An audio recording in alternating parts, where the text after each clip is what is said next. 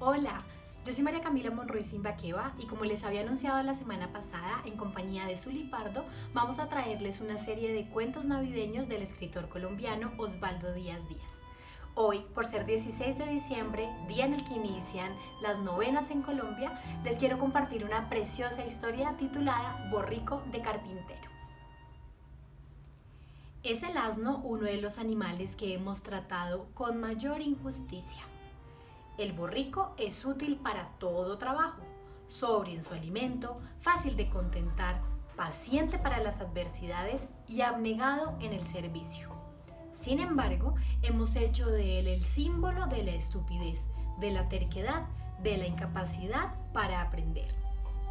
Burro llamamos al niño torpe o perezoso y sancionamos su falta de esfuerzo colocando sobre su cabeza una coroza con orejas de asno.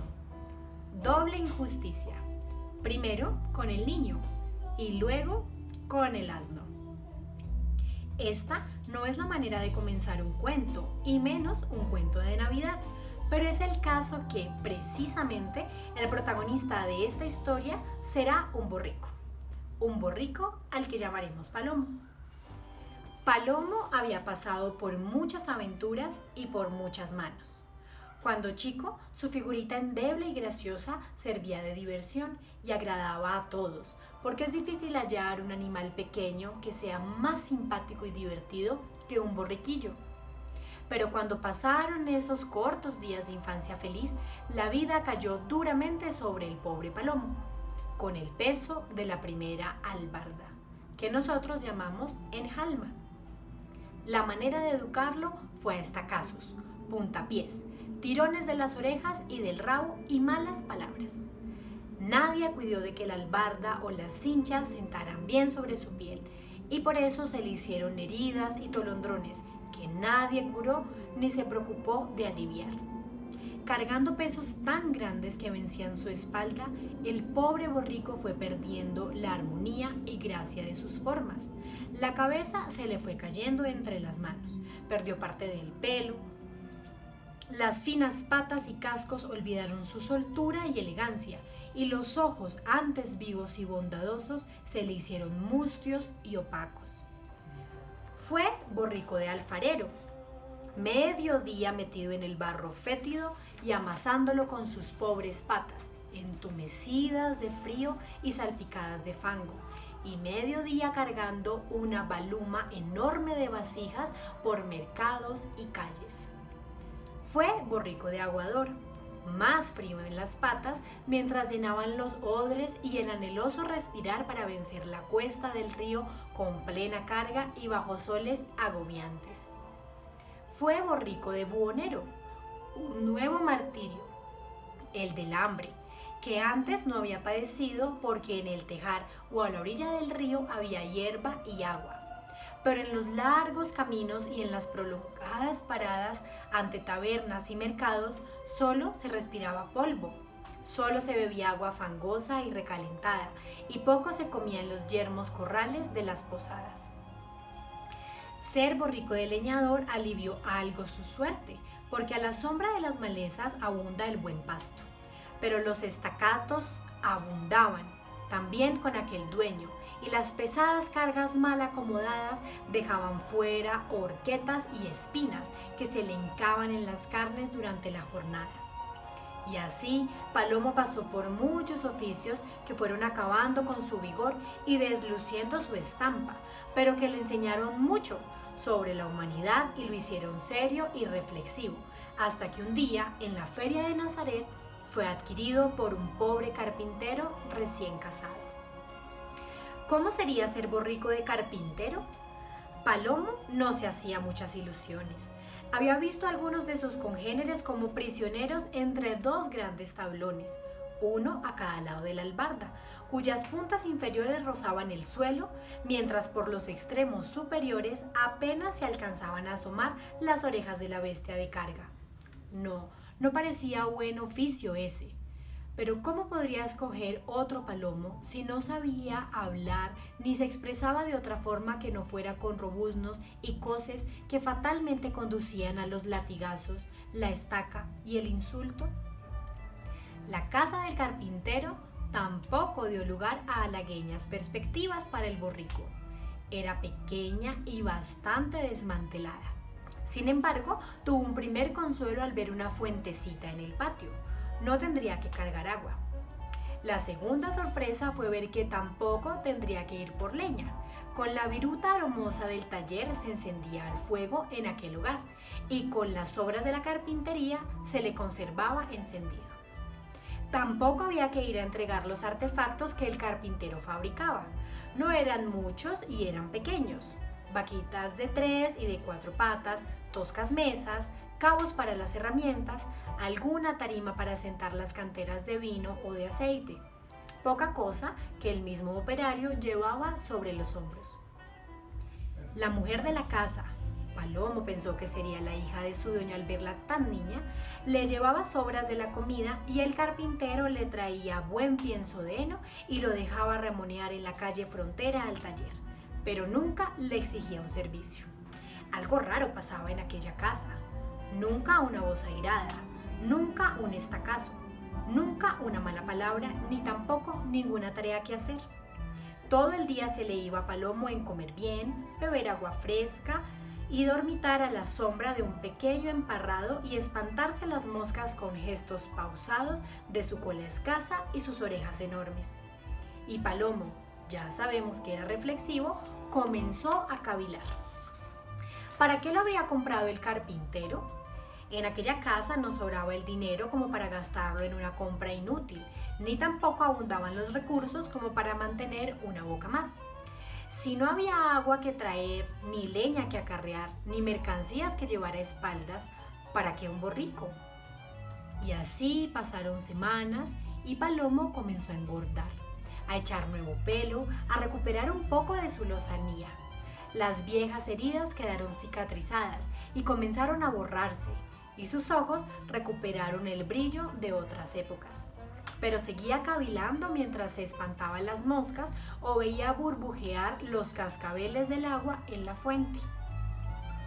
La niña dejó de aparecer por el patio de la casita y el carpintero dio en faltar al taller con alguna frecuencia. Algo iba a ocurrir. La experiencia de Palomo se lo advertía y él estaba resuelto a afrontar cualquier acontecimiento porque había tomado cariño a esos dos amos que tan bien lo trataban y tan poco exigían de él. El mes de diciembre iba entrando con sus noches intensamente claras e intensamente frías y, sin embargo, aumentaba el tránsito por los caminos y toda clase de cabalgaduras pasaban por frente del taller. Dromedarios y camellos solemnes, veloces caballos, mulas de torcida intención, borricos de carga. Algo tenía que pasar para que con tal tiempo anduvieran tantos viajeros por Nazaret. Valdría la pena de reflexionar sobre esto ahora, que el frío había ahuyentado las moscas y que había más tranquilidad para las meditaciones de una bestia apacible y discursiva. De Nazaret a Belén la distancia no es mucha. A caballo sería cosa de contadas jornadas, pero en borrico había que repartirla en 9 etapas, porque no había más que una bestia y el carpintero tendría que ir a pie al costado de Palomo. Este había recuperado mucho de sus fuerzas y aquella albarda era lo mejor que sus lomos habían soportado, suave como relleno de vellones de lana, ajustada en todo a la forma de sus espaldas, de cinchas blandas como si fueran de tela y no de esparto, con un ronzal liso y corredizo como hechos de seda. Pero la mayor sorpresa fue al recibir el peso de la viajera. Aquella dulce niña pesaba como hecha de plumas, como hecha de jirones de nube, como hecha de pétalos de flores. Sus manos no se sentían en la rienda, ni de su boca salían palabras de apremio, ni sus rosados talones surgían la cabalgadura. Parecía como si siempre fuera en oración, ante algo muy íntimo y muy hermoso que estuviera en su interior, invisible para todos, menos para ella. Tan imponente era esa actitud de veneración y de respeto que contagió al propio Palomo, que apenas si se atrevía a poner una pata delante de la otra cuando salió del patio, por miedo de interrumpir aquella constante oración. cerró el carpintero las puertas del taller, tomó un atillo pequeño con el avío para el viaje y recurrió a su báculo, un tosco bordón en cuyo extremo superior sobresalían 3 mononcillos donde antes habían estado los renuevos del arbusto de que fue hecho, y salieron al camino. Camellos y caballos, literas y mulas los dejaban rezagados, pero Palomo no alteraba su marcha igual, pareja y cadenciosa como un arrullo. Ni la mujer interrumpía su silencio, ni el carpintero dejaba de andar.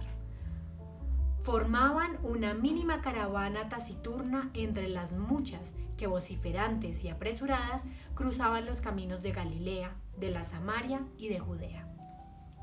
Era ya la última jornada y fue la más dura, no por la aspereza o la longitud del camino, sino por la rudeza del corazón de las gentes. La pobre niña iba desfallecida y se quejaba blandamente. El carpintero le pasaba un blanco lienzo para que enjuagara el sudor que perlaba en su frente inmaculada, y con su bordón de caminante llamaba a las puertas de mesones y hospedajes, sin que ninguno quisieran recibirlos. Palomo no estaba cansado del viaje. ¿Cómo podría cansarse de llevar una carga tan amable que parecía de plumas y vellones? Pero su pobre alma de bestia reflexiva estaba llena de laxitud y de perplejidades. ¿Cómo podrían responder con injurias y maldiciones a la voz de un hombre que con tanto comedimiento y bondad pedía un pequeño rincón para pasar la noche? ¿Cómo podrían negarle posada a una niña tan dulce y tan débil que padecía tan acerbos dolores? Palomo tenía ejemplos de la dureza humana. Había soportado palos, latigazos, hombres, sedes e injurias, pero una cosa es un pobre pollino y otra una dulce niña que sufre. Él no acertaba a explicárselo a pesar de su experiencia, y los ojos límpidos de Palomo se humedecían y reflejaban con mayor claridad las brillantes estrellas de diciembre. Dejaron atrás a Belén y comenzaron a subir por la cuesta de la serranía hacia los apriscos de los pastores. En un menguado portal hallaron abrigo. La niña se dejó caer extenuada sobre un montón de paja y comenzó a extender a su lado las blancas mantillas para un niño. El carpintero aproximó al rústico pesebre y luego llevó al asno hacia el fondo del portal, donde rumiaba pausado el buey extraviado de un trajinante. La noche de diciembre cubrió con su grave silencio el portal, los apriscos y la cercana aldea, inhospitalaria y adusta. Era la más santa noche que han visto los siglos, y Palomo reflexionaba mientras masticaba el pienso y buscaba el calor del manso buey que era su compañero en esa hora de inefables prodigios. Las horas pasaron quedas y taciturnas. Las constelaciones desenvolvieron sus oros eternos por el cielo y al resplandor de la primera aurora, los ojos límpidos de Palomo vieron un niño reclinado en el pesebre y 3 azucenas de blancura en el cayado del carpintero. Y para gloria eterna de su especie, para consuelo de los borricos tan injustamente tratados, Palomo tuvo un privilegio del que no gozaron ni el noble león o el águila soberbia, ni el poderoso elefante o el ciervo gracioso, ni siquiera la oveja mansa o el caballo de sangre generosa. El privilegio de calentar con su aliento el cuerpo de un Dios recién nacido en su primera noche sobre la ingrata tierra. Así termina esta historia Borrico de Carpintero. Espero que la hayan disfrutado.